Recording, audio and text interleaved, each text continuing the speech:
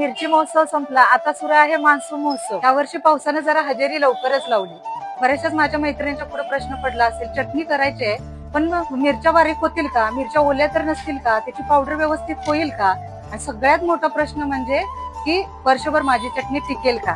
या सगळ्यांचं उत्तर फक्त तुम्हाला स्वाद मसालेमध्ये मिळेल. अशा पद्धतीने मिरची कढईमध्ये गरम करून घेतली जाते आणि याचं मॉइश्चर काढून घेतलं जातं. परत टंकावरती आणून अशा पद्धतीने पूर्ण बारीक करून घेतली जाते. तुमच्या मिरच्या आणि मसाल्याची पावडर पूर्ण अशी बारीक करून त्याची चटणी बनवून दिली जाते. तुमच्या सगळ्यांच्या पुढे एक मोठा प्रश्न होता की बाई मी या वातावरणात केली तर माझी चटणी टिकेल का.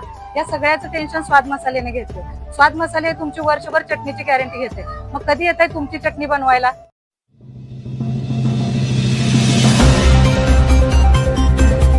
येरळा नदीत मेंढ्यांसह मेंढपाळ गेला वाहून.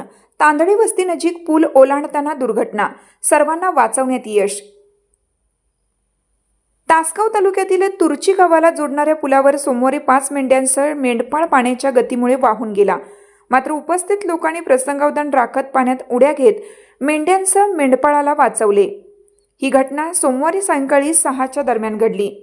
मिळालेल्या माहितीनुसार आटपाडी भागातील काही मेंढपाळ लोक तासगाव तालुक्यात मेंढ्या चरण्यासाठी गेले. काही महिने फिरत होते. सोमवारी सायंकाळच्या दरम्यान ते पलूसकडून तासगावकडे येत होते. येरळा नदीपात्रातील तांदळी वस्ती नजीकच्या पुलावर नदीला पूर आल्याने गुडघाभर पाणी होतं. यावेळी मेंढपाळाने आपल्या मेंढ्यांसह नदीवरील पूल पार करण्याचा प्रयत्न केला. नदीत पुलावर निम्म्यापर्यंत आल्यावर पाण्याचा प्रभाव जास्त ओढू लागला. यावेळी अचानक काही मेंढ्या पाण्यात पडल्या, तर त्या मेंढ्या वाचवण्याच्या नादात मेंढपाळही पाण्यात पडला. अचानक घडलेल्या घटनेने घाबरलेल्या मेंढपाळाने आरडाओरडा केला. यावेळी बाजूच्या उपस्थित लोकांनी नदीपात्रात उड्या घेत मेंढ्या व मेंढपाळाला काठावर आणले.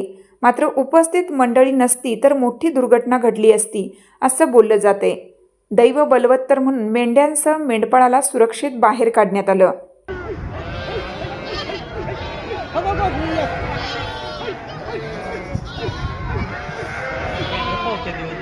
Gracias.